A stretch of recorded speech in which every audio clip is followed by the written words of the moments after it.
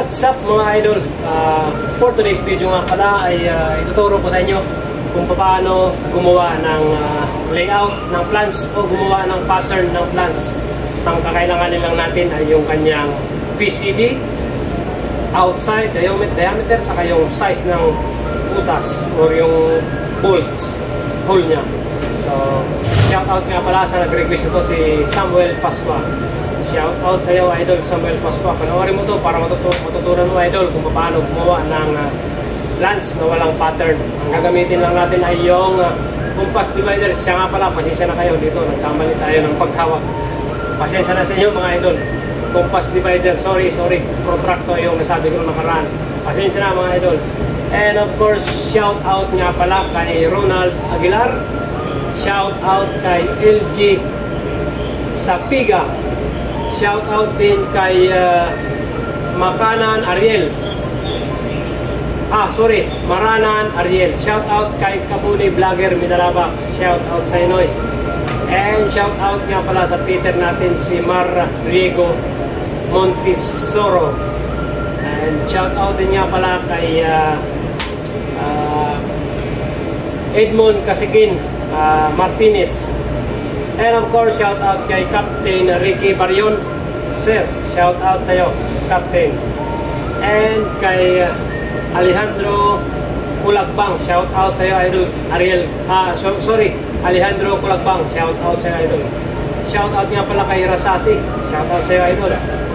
Shout out nga pala kay Noy Arnel Abastillas Di Parini. Third, shout out sa iyo. Shout out din niya pala kay John Toto John Celestri. Shout out niya pala kay Jan Moner. Jan, shout out sa iyo. And shout out niya pala kay Jonaxion Abilia. Shout out din niya pala kay Rodel Caballo. Sorry. Shout out kay Pinsan Manay Eric Kalig. Shout out sa iyo. And shout out kay Albert Aring Jr. ng Cure container, sorry, shout out sa inyo lahat mga idol. And of course, shout out sa lahat ng ating mga followers. Maraming salamat sa inyong suporta mga idol. So tara, let's go, umpisahan na natin, let's go.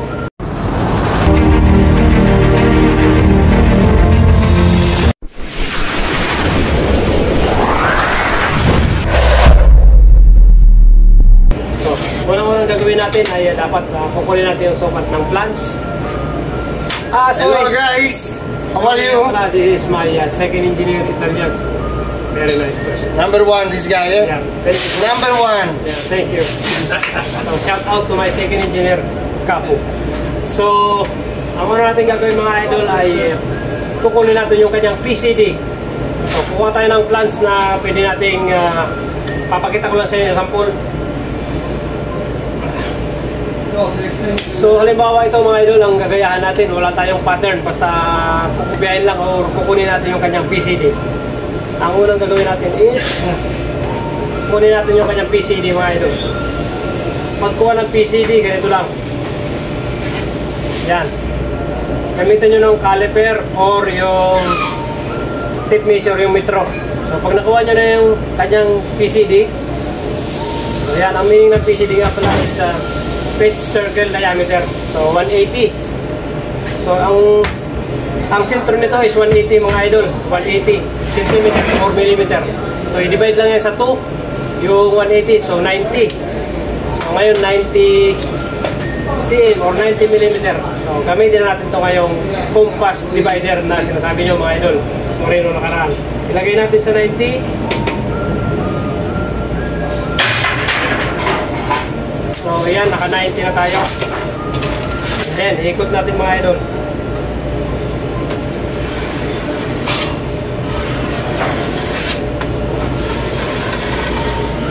Yan. Make sure nyo lang na medyo bakat o kita yung guhit. So ayan, sorry. Yan, meron na tayong guhit mga idol. Ang next natin gagawin yan is meron natin ang konti pa para mas malalim mga idol. Guhitan natin yung gitna. Kahit saan kanyang banda, basta kuha lang yung gitna mga idol. Make sure mo lang yung pinakagitna ng puncher ay nakagitna tayo.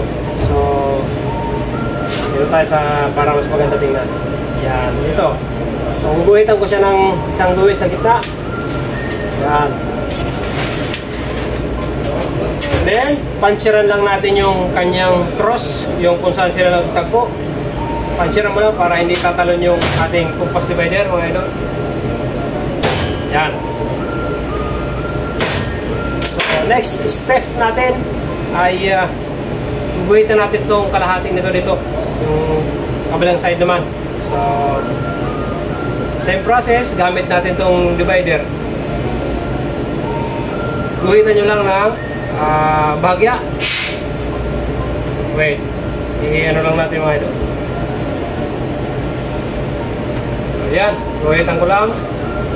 Then, kabilang side, guhit din. Ganoon din dito sa kabila, opposite side. I-cross lang din natin. So yan, pakita ko sa inyo. Sorry. Oh. Ayan. Meron na tayong cross. Ito, kung saan nagtagpo yung mga cross nya. Yung ginamit natin na divider. So, guguhitan din natin yan mga idol. Guguhitan din natin yan. Hanapin natin yung pinaka-exactong joint nya. Kung saan sila nagtagpo, nag-cross. So, ganyan lang ang ating gagawin mga idol. Madali lang to, hindi naman to sobrang mahirap gawin. Basta makuha nyo yung importante, yung PCB. Yan ang pinakamahalaga doon. So, 8 butas nga pala ang gagawin natin. So, ayan. Meron na tayo. Yan. So, ayan, naka-cross na yan. Meron na tayong 4 na butas, mga idol.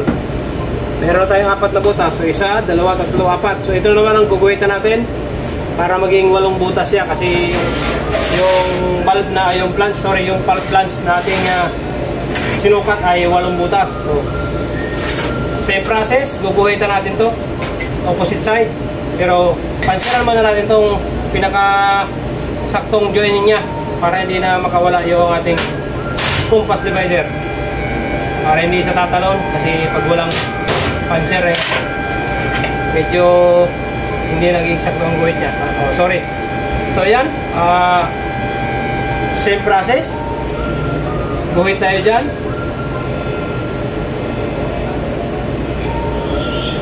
Sorry. Yan. Tapos dito sa kabilang side naman. Yan. And of course sa opposite side niya mga idol, guhit din tayo dyan. Kabila na naman, kailangan magkapares talaga yan. So, ito rin, sabay-sabay na natin. Sige lang, guhitan ko muna para makita nyo. Guhitan ko muna yung ating ginawa. Make sure nyo lang nakatapat kayo sa pinaka-exactong joint nya para sure siya. So, ayan, buha na natin. Ayan.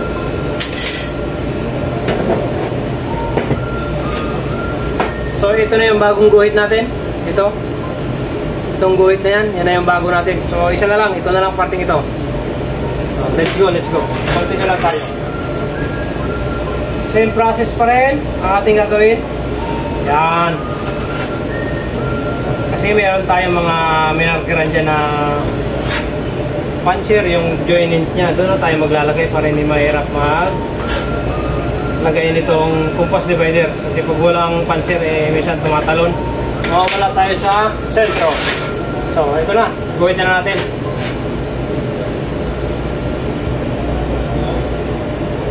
So yan, nakakuha na ako ng sentro nya. Then guhitan na natin mga idol. Anong kawala nya. Ganon ang kabilis mag-layout ng plants o gumawa ng plants na hindi na natin kailangan ng pattern. Compass divider lang. So ayan na mga idol. Sorry. So ayan. Yan na. Yung 8 butas na yan. Kung saan yung mga pinag-joining niya. Yan na yung pinaka sentro natin. So So yung outside naman ng plants, kukunin mo lang yung outside. 200. So kasi natin ito mga idol. 220. So hatiin lang natin yung 220 divide 2 is 110. So ito naman gamit natin kumpas divider. 110. Lalagay natin siya sa 110 mga idol. Yup. May pouch ka doon. 110 mga idols. Ilalagay natin sa 110 para makuha mo yung kanyang hati. So ito, iguguhit na natin yung 110. Outside to yung OD. So ito yung pinakalabas ng plants. Outside diameter OD. Yan. So next, kailangan natin ulit yung inside. Kung ganitong plants ang kukunin nyo o yung tubo, kunin nyo lang 115. So 115 is divided by 2, 57.5. So 57.5 mga idol. Ang diameter niya 57.5. So yan, 57.5.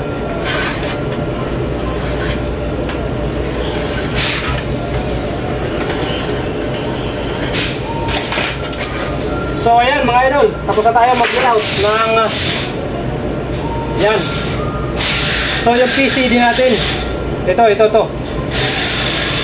Andyan na lahat, yung butas ng bolt mo, ito na yun. Ito na yung mga yan.